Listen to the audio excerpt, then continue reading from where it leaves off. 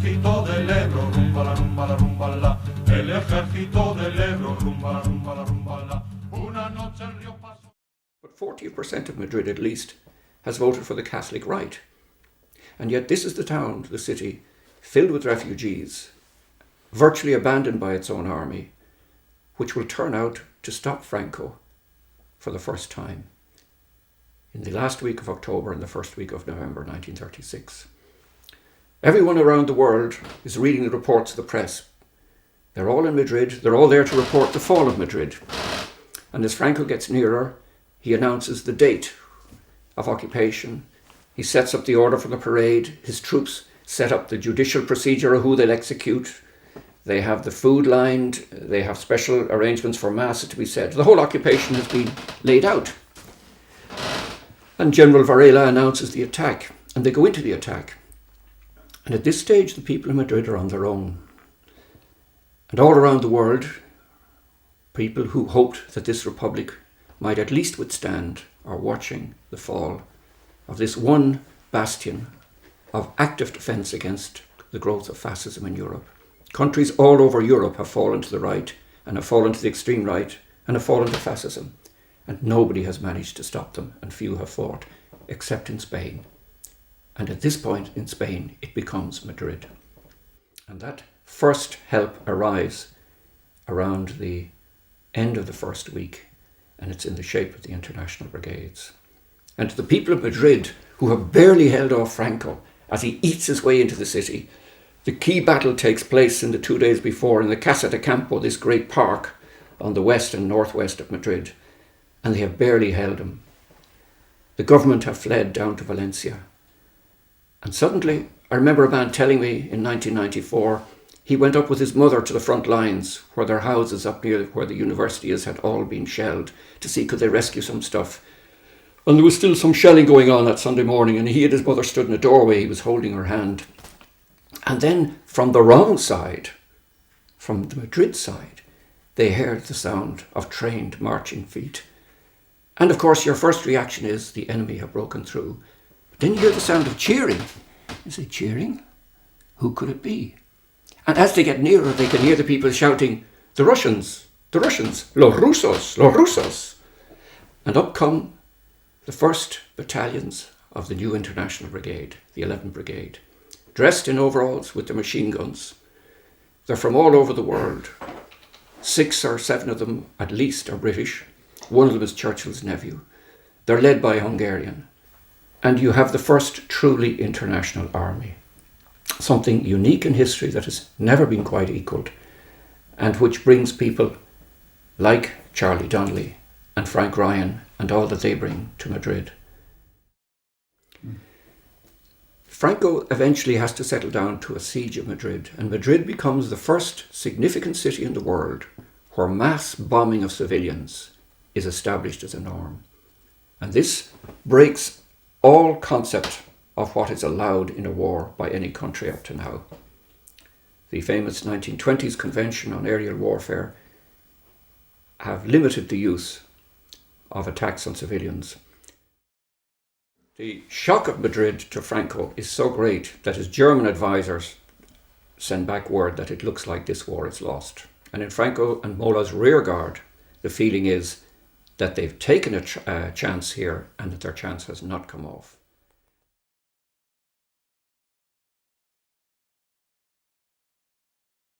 When Franco makes an attempt to cut off Madrid from its vital supply line to Valencia, the Valencia Road, and this becomes the Battle of the valley of the river Jarama. And this battle draws in huge forces on both sides, huge by Spanish standards. Afterwards, writing about the whole war, General Lister was to say, the great general on the Republican side and the leading communist, one of the 2 leading communist generals, it was the most brutal because of its tenaciousness and the most bloody, the numbers involved, the small area, how long it went on. And this is a battle where in the opening phases, Franco's Moors and elite units really pull off 2 wonderful coups capturing bridges and manage to get to the dominating heights from where their artillery can fire. Heights which are assaulted and which are defended with great bravery and attacked with great bravery by both sides, but remain in Franco's hands. The British battalion, which has huge relatively big Irish proportion, including the 1st Company, which is almost entirely ex-IRA, in the words of one Manchester British volunteer, are sent down to defend the very end of the line. And at the end of the 2nd week of February 1937, they bear the brunt of Franco's attempt to swing around the forces of Jarama. But the British battalion, Scots, Welsh, English and Irish, are largely on their own, and they're attacked in waves. And at a key moment on the 2nd day, their machine guns are captured because a British company led by a communist of political reliability, but a man without this kind of battlefield experience, cracks, and the commander withdraws the company and leaves the machine guns open. And the enemy, who are first-class soldiers, spot their opportunity and move in. And the guns are then turned against their own side.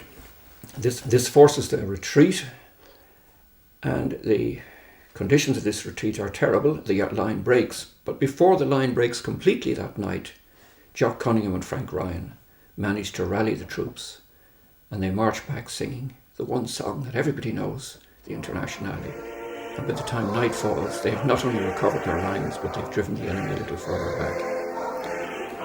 And it was that extraordinary capacity to take these utterly unreasonable casualties by people who had never been properly trained, who were never properly armed, who weren't properly supported, who didn't have an effective ambulance service, but who stayed where they were, and when they lost the ground, had the courage, more courage than guns, to go back, and were able to drive back the best soldiers in Spain and save Madrid.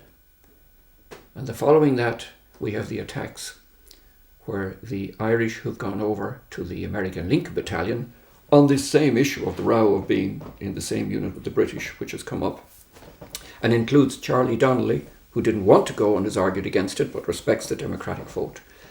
And he will then be sent into battle with the Lincolns. The Lincolns are equally idealistic, equally untrained.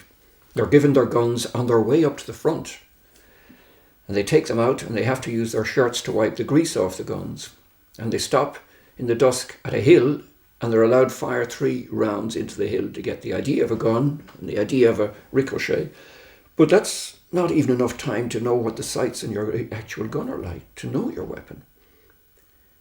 And it's no use when you're under fire and lying on your belly and scrabbling for ammunition, and a lot of it might be of different calibers, and you have to find the bullets that will fit in just to keep firing.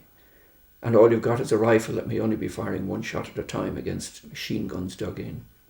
And that's the attack they're sent in on the 23rd.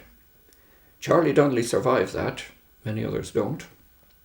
And then the 27th, they're sent back into another terrible engagement. And one of the enemy, one of the Foreign Legion, Spanish soldiers watching, describes much later, quite recently in a TV interview, how he found it heartbreaking to watch it, because he said, I knew the machine guns we'd set up and the killing zone that was there, and there was no way you could cross it. And our orders were to hold our fire and let these guys advance well away from their trenches into the open, into the middle, into no man's land. And you knew those guns were going to go up and massacre them. And I said, I didn't know they were Spanish, or they weren't Spanish, I thought they were.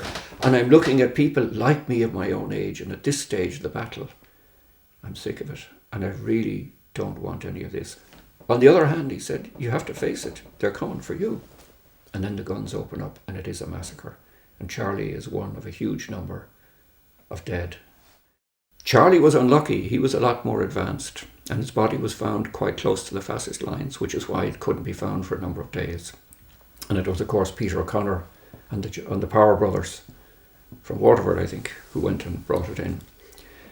And significantly, they describe burying it they don't mention any of the burials being in any of the normal communal graves for international brigaders, which would normally be a short distance behind the lines.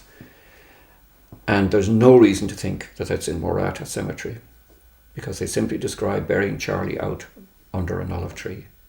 And that sounds like they left a stone and a note, maybe a little helmet. So if we're looking for Charlie Donnelly today, you stand in the right olive grove and you just look out, you're probably looking at the olive tree with Charlie Donnelly still there. Very good.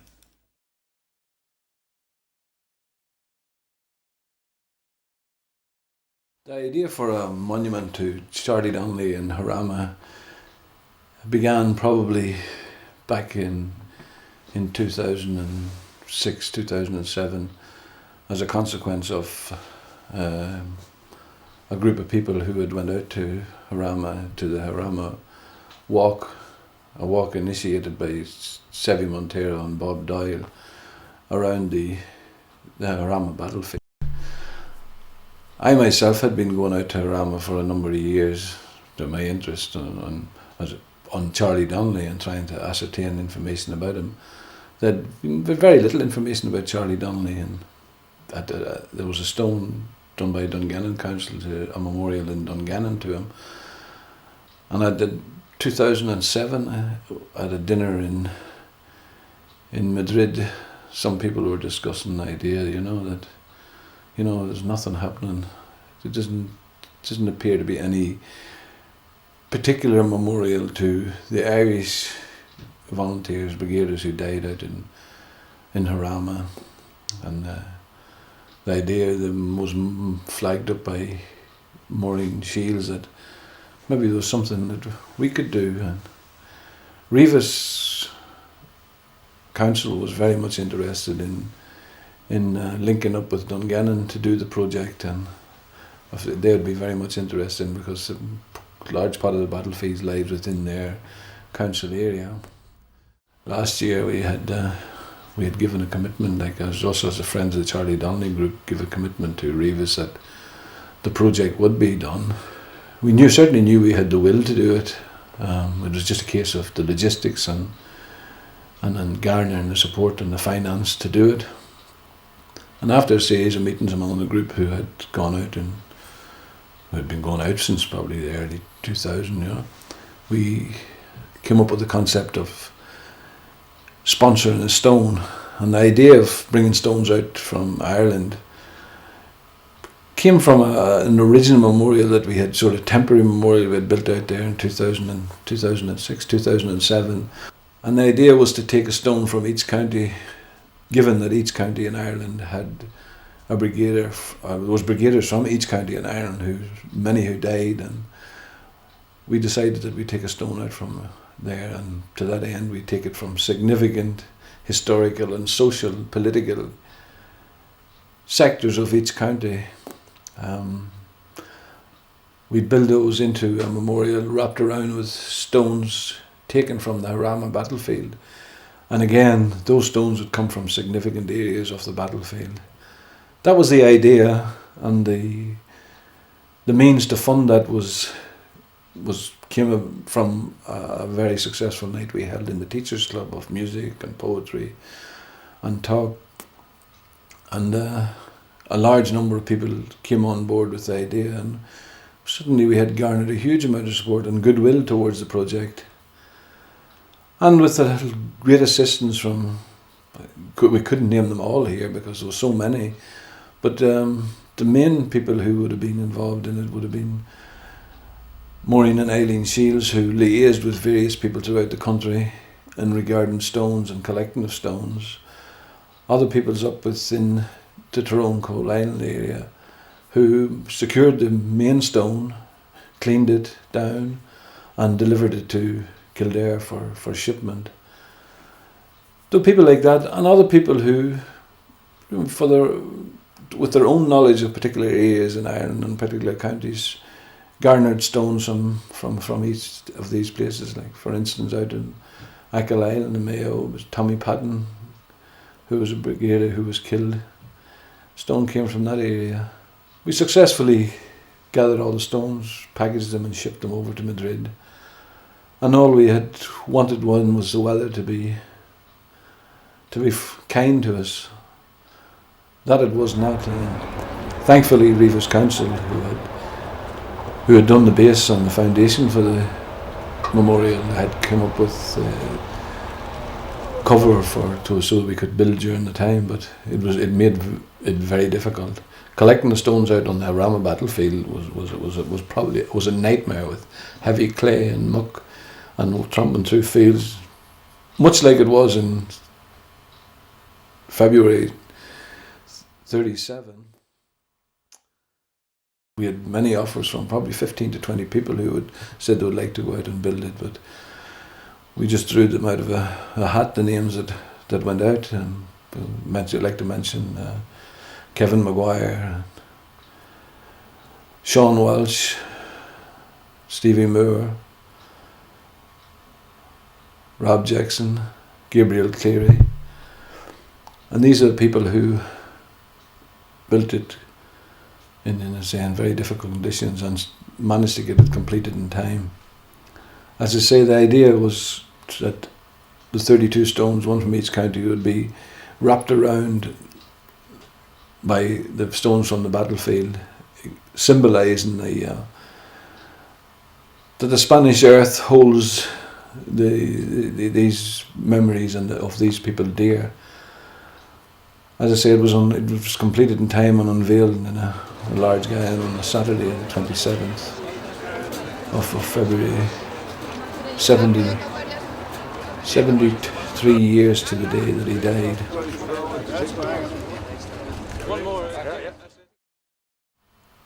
I myself was delighted to be involved in the project, because, as I say, I had been interested in Charlie Donnelly from I was a very young age, and over the years I'd discovered quite a lot of other people who had been going out there on their own, just looking around and trying to find out what they could find out. And suddenly, for everyone involved over the years, this was the moment that suddenly marked these men's lives, and particularly Charlie Donnelly's life. In a meeting recently with the Donnelly family, Harry Owens and myself, we had been out to talk with them and chat with them, and they had thanked us for doing that project, and it wasn't particularly either of us two that did it. It was a large number of people who did it, and I suppose this was the finest gratitude and thanks you could have received for completing the project. And it was directed to all the people who were involved, all the friends of the Charlie Donnelly, that they now had a place to go to visit their uncle,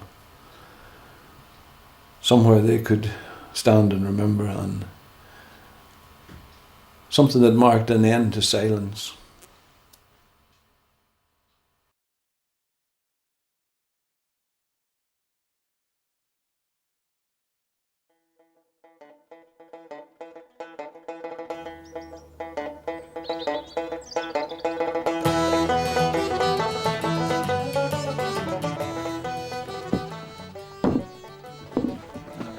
Yeah, so if you had a Spanish stone as a base, it'd be fine and new, wouldn't it? Yes. And do you want to be kind of stacked on each other? Yeah. Yes. Enough stone. The 32 stone had to be there, just the 32. Yeah, remember, you take that from out there, you know, outside there. Take that one and be...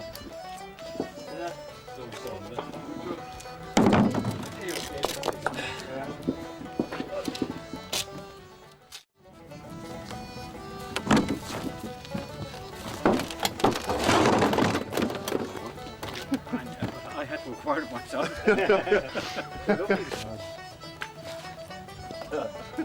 an LTS.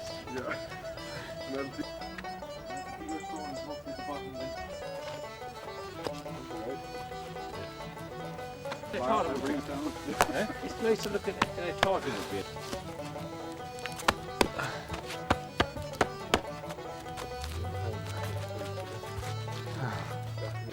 Yeah? Yeah. I'll make it work. It'll work. Yeah.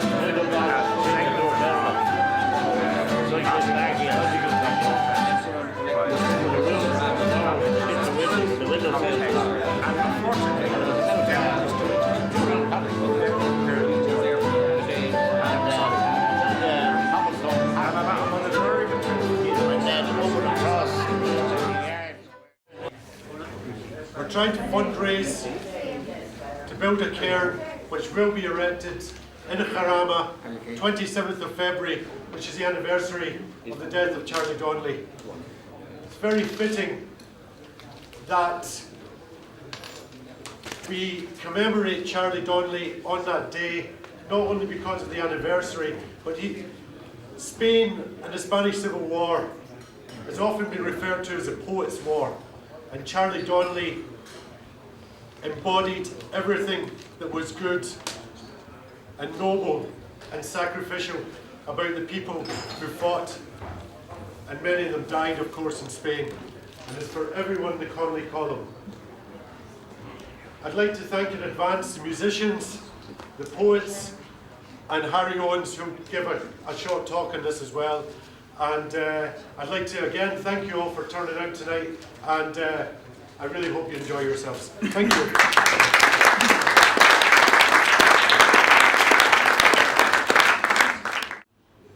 My house was called the House of Flowers because everywhere you looked, geraniums burst.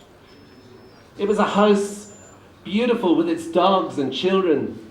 Do you remember Raúl? Do you remember Rafael? Federico, do you remember? From under the ground, my balconies on which the light of June drowned flowers in your mouth. Brother, my brother. Everything loud with big voices. The salt of merchandise. One morning, all that was burning. One morning, the bonfires leapt out of the earth, devouring human beings. And from then on, fire. Gunpowder from then on. And from then on, blood. Bandits with planes and moors. Bandits with finger rings and duchesses. Bandits with black friars giving blessings came through the sky to kill the children, and the blood of children ran through the streets without fuss, like children's blood. Jackals that the jackals would despise, stones that the dry thistle would bite on and spit out, vipers that the vipers would abominate.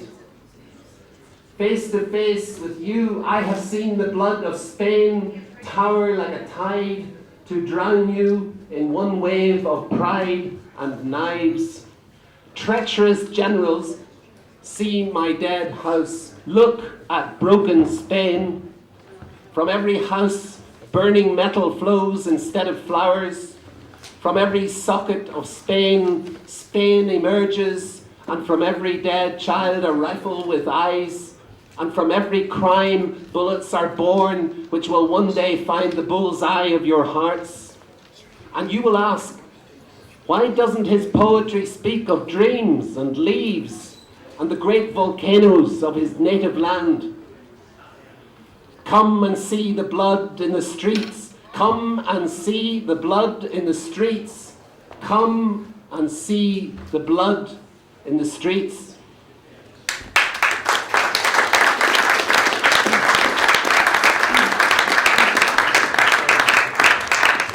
Flies and the owl cries as we're driving down the road, listening to the music on an all-night radio show.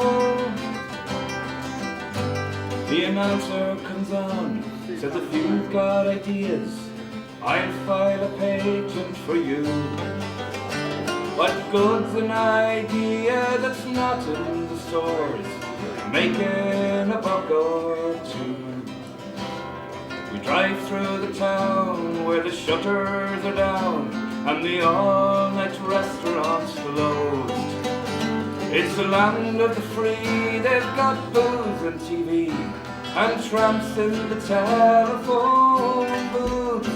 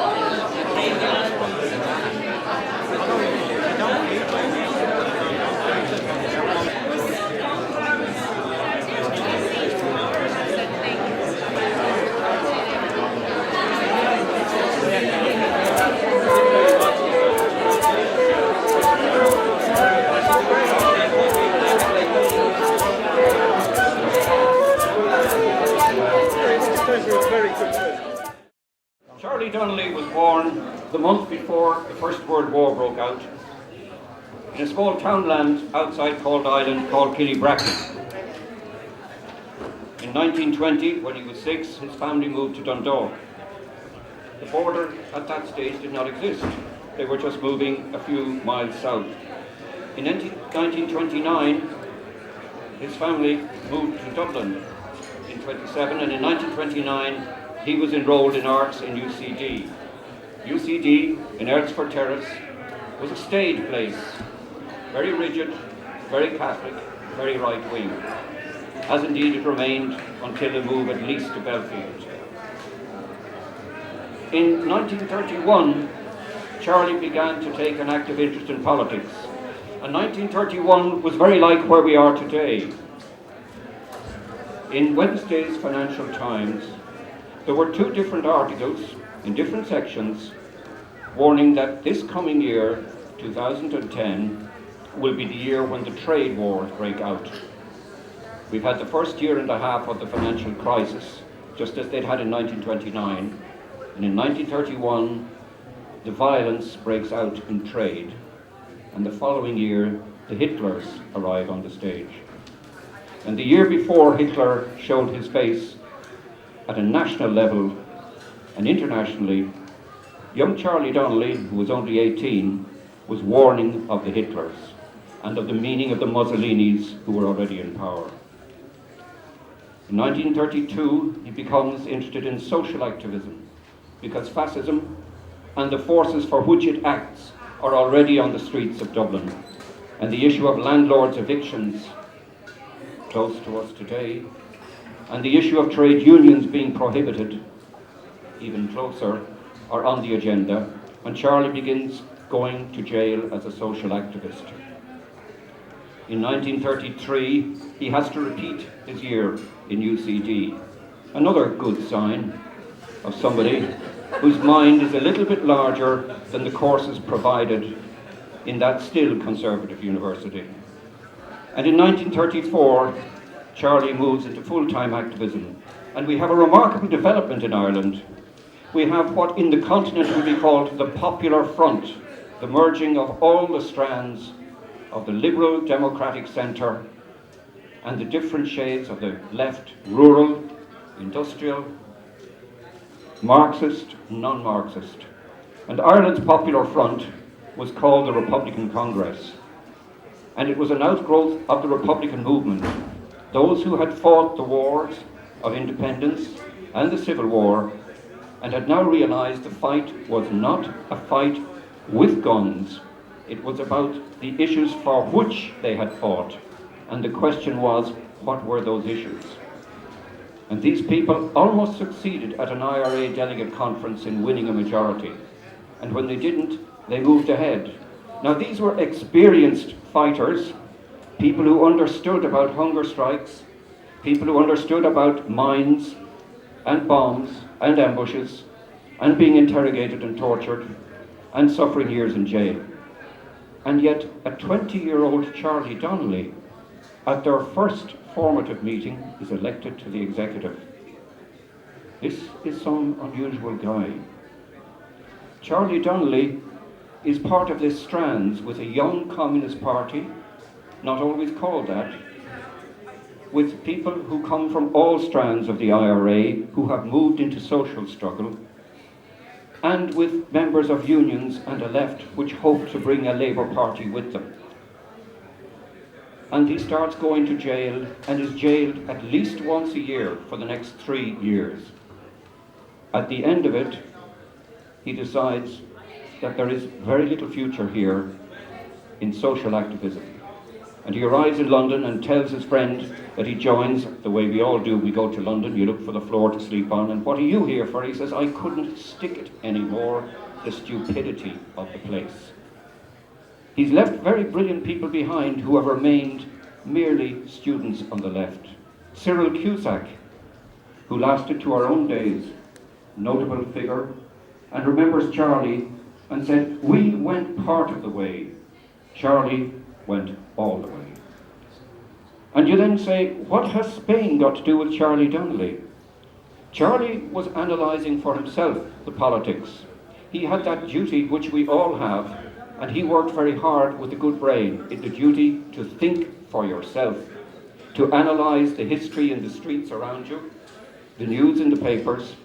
And Charlie was predicting in 1935 that there would be a war within the next 3 or 4 years, and that Britain's great friend in the Mediterranean, the Italian state of Mussolini, would be on the other side.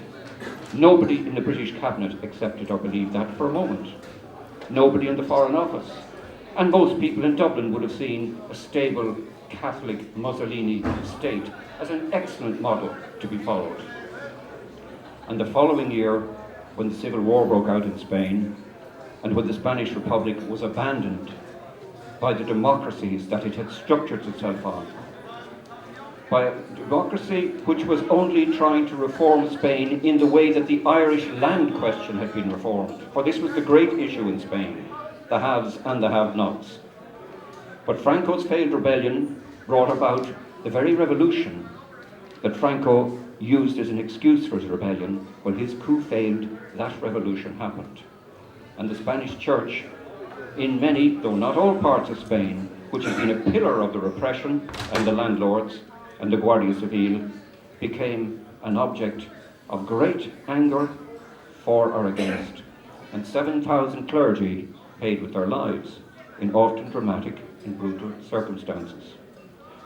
What was happening outside the cities, where the press were reporting, in the countryside and the small towns, was very often, in 1/3 of Spain, the equally vicious triumph of the right. And there was one big difference. The revolution in Spain on the Republican side that produced massacres was a breakdown of law and order. On Franco's side, coming from the director of the coup, General Mola, it was the necessary repression. We must have terror. We must have liquidations. The intellectuals, the teachers, were a #1 target. And last year in Spain, I sat for 2 hours with the child of one of those teachers. Her mother went to open the school in September because if she didn't, in Franco's conquered territory, that would definitely confirm she was a rojo, a red. She went to open the school in the little village and never came home. The father went to look for her. He was a teacher. He never came home. And the child of 6, one of 4 and one of 3 were left alone to cross the mountains and look for hands who would take them in. The teachers and the trade unionists and the ordinary party members on the left, not just declared Republicans, were a target, and they had no choice, and they decided to fight. And those were the people for whom the Charlie Donnellys went out. The extraordinary thing about Charlie Donnelly is that here the Republican Congress had done its 2 years of ploughing a lonely furrow and had found no Labour Party coming behind it, no big trade union support. And they said, look, in this wave of hysteria from the press and the church, we can't possibly back the Republic. And 22-year-old Charlie Donnelly came back to the hardened gunmen of Frank Ryan and Padre O'Donnell, IRA key names. And this 22-year-old student browbeats them into supporting the Spanish Republic.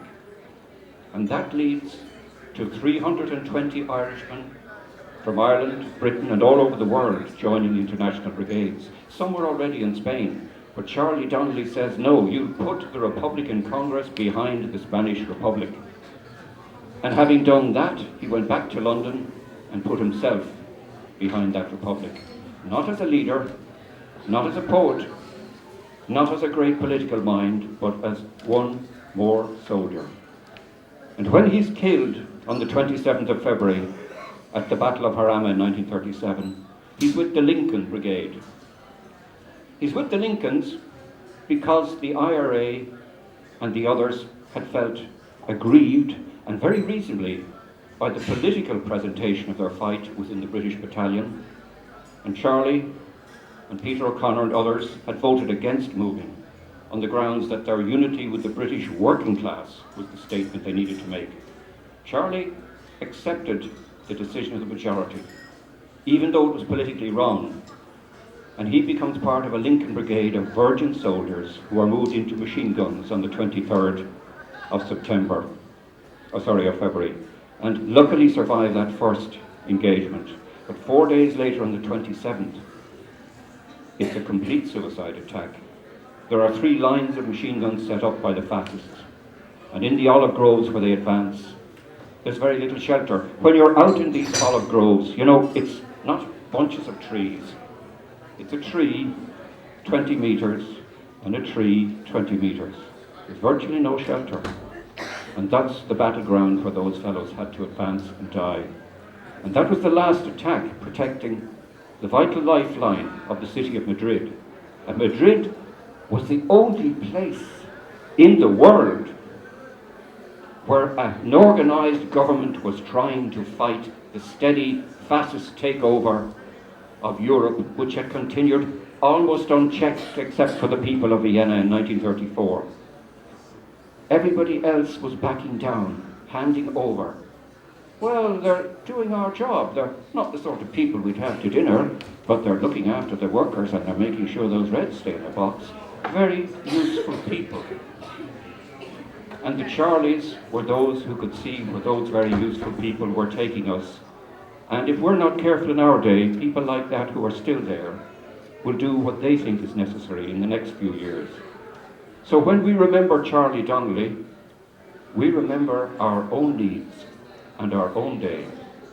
The people who brought you together are basically people from Killybrackie and Dungannon who put up a stone very like this, about 100 yards from the family home, and have gone out for 3 years and organised with the town of Rivas and the Friends of the International Brigade in Spain, the presenting in a park called Miral Rio in Rivas Vacia, Madrid, which is the largest new town in the area of the battlefield of Jarama, a stone to be put up not just for Charlie, but for all those who died in that area for the Spanish Republic. And for those of you going out or thinking of it, of the 27th of February, which is a Saturday, we'll also have a lecture beforehand on the Friday, the stone unveiled on the Saturday, and a battlefield tour of Brunetti on the Sunday. The stone is being financed by you. There was hope of getting council support officially, and many councillors in Dungannon are supporting this, and some will be travelling. Many people from Dublin will be here. There are people here tonight from Dundalk, where that family lived, from Killybrackie, from Coal Island, and almost from UCD. And there are yourselves representing a similar broad strand of many complex Irish traditions which once before came together in the Republican Congress. There are 32 stones from Ireland being brought out, and there will be a similar number of stones from the Jarama battlefield. And for this, we are sincerely grateful to all of you. Thank you.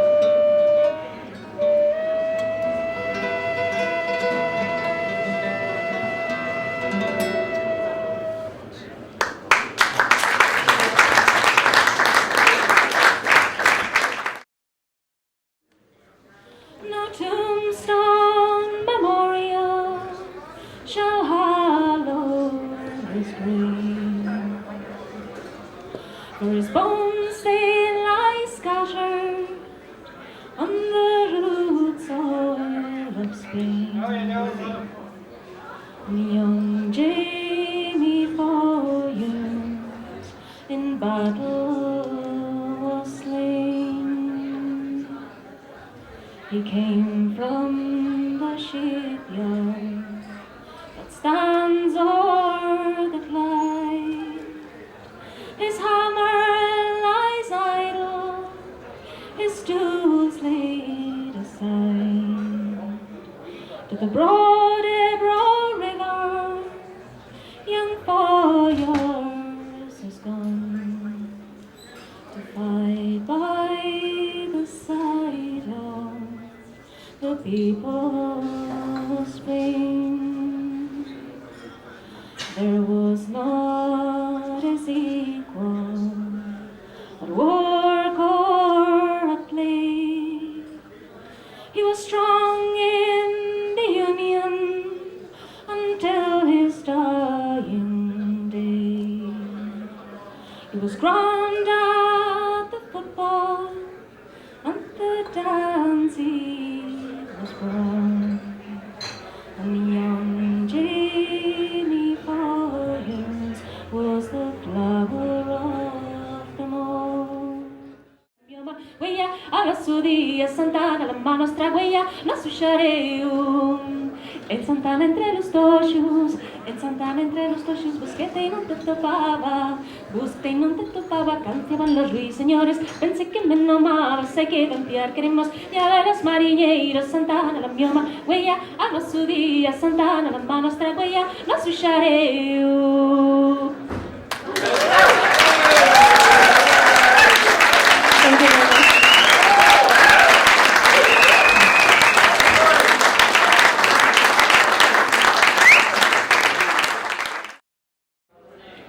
Because he fought for freedom, he was forced to flee his home. Near the blood-stained Manzanares, where the fight to hold Madrid was fought, died Hans the Commissar. Oh, died Hans the Commissar. A bullet came a-flying from his fascist fatherland. The aim was true, the shot struck home, the rifle barrel well made too. A German army gun, a German army gun. With hand on heart we pledge you, as we load our guns again. You will never be forgotten, nor the enemy forgiven. Hans Beimler, our Commissar, oh, Hans Beimler, our Commissar.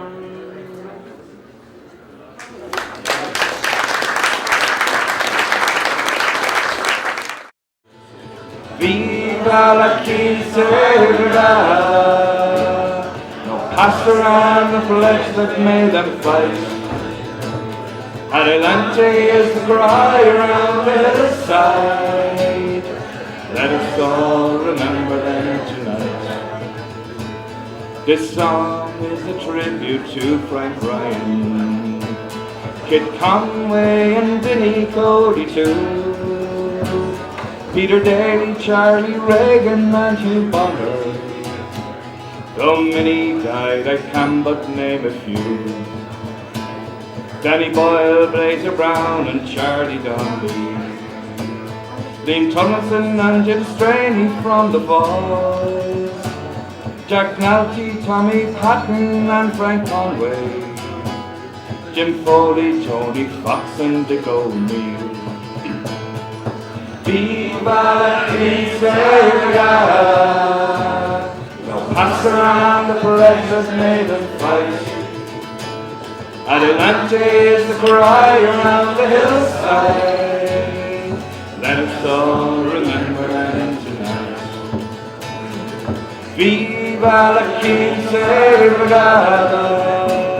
No pass around the flag that made them fight. Adelante is the cry around the hillside. Let us all remember them tonight.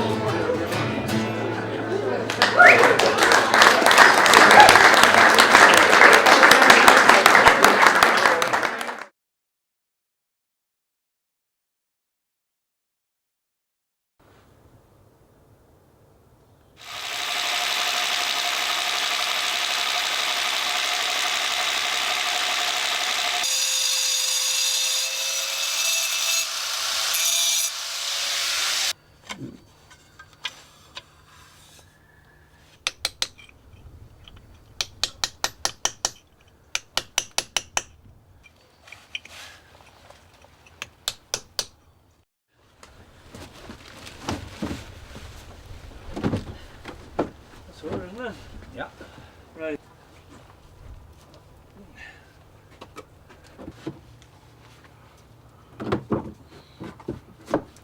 Give me a couple more for the front end here.